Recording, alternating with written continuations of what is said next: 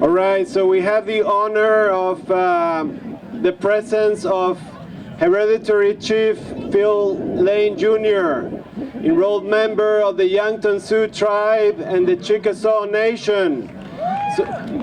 So if you could all congregate once again so we can listen to his words for a few minutes, then we're going to have a final closing and one more song from Dana Lyons. If everybody could congregate again, please. All right, I'd love to introduce Hereditary Chief Phil Lane Jr.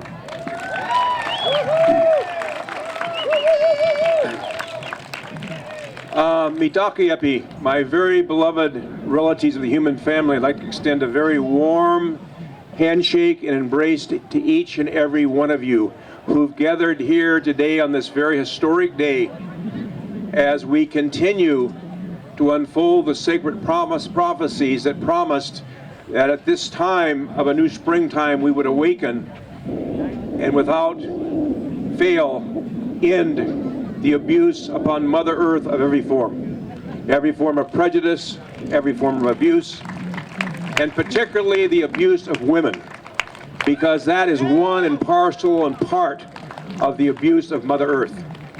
First of all, I want to say, I'm going to say just a few words here. I want to give my truly heartfelt thanksgiving to our Prime Minister, Stephen Harper.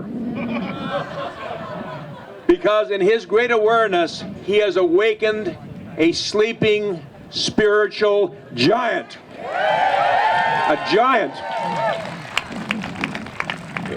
And this is just a small reflection of this spiritual giant that's awakening in unprecedented unified action. And I want to say that this coming together here, the coming together we had at the Daybreak Star in Seattle where the Natsamat Alliance was formed, the actions here of 350.org, Wilderness Committee, all the others, San Juan Islands, all who are involved, each and every one of us have a sacred role to play in this sacred time we're living in. All of us do. It's really important that we take that in.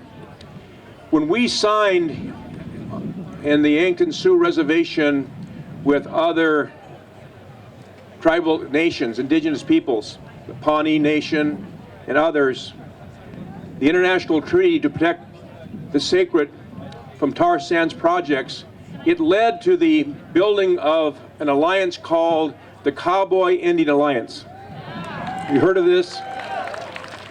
And this is really what the Natsamat Alliance is. We came together here, we thought about it as they were developing their treaty here, this international treaty that'll be signed so historically on Monday, and we thought, what could we do to reflect that here in the Northwest? And that's where the name Natsamat came up, to reflect that. But I want to share this one story with you to give you the power of what's happening by these challenges we're facing regarding our Mother Earth. At the very end of the process, just before we signed the treaty, which was January 25th, 2013, there was about 20 ranchers and farmers who'd come to join this large gathering of indigenous people throughout the Great Sioux Nation and beyond, the Pawnees and others. And each of these ranchers and farmers got up and spoke with such frustration, such anger. How could they say, how can a government come and take somebody's land like this? Something of that tone. Really angry about how the government could take their land, how the government could threaten their water. And of course, everybody in the room knew exactly what they were talking about. But my relatives are a very respectful people, so they didn't laugh or they didn't make fun, they just listened because they could feel the hurt and pain of these relatives who were seeing their land threatened. Finally, at the end of the whole thing, a wonderful elder woman stood up, the last of the farmers and ranchers to speak, and she went on and tears came down her face when she talked about how the government could just come and take her land, just take it. And she was so angry about this, And finally she said, and they're treating us just like, they're treating us just like, they're treating us just like, and one of the relatives yelled out, Indians! Everybody laughed. And then one of my relatives walked across the room and took that wonderful elder's hand and shook it and said, welcome to the tribe. Welcome to the tribe. So I want to say here, welcome to the tribe. Welcome to the nations that are arising on this Mother Earth, as was prophesied, that are going to end this abuse of all forms, because once we recognize we're one human family, then we understand that the hurt of one is the hurt of all. And the honor of one is the honor of all. And anything that hurts this Mother Earth hurts our future generations. And I want to say this last thing. I've heard the seventh generation speak here today. The seventh generation has emerged upon Mother Earth. More than 50% of the entire humanity right now is under 25 years old.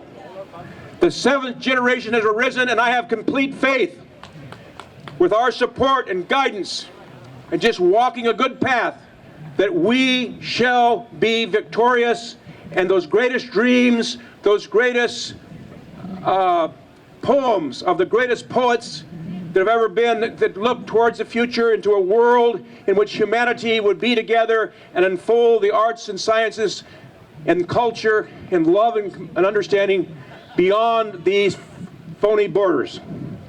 So thank you.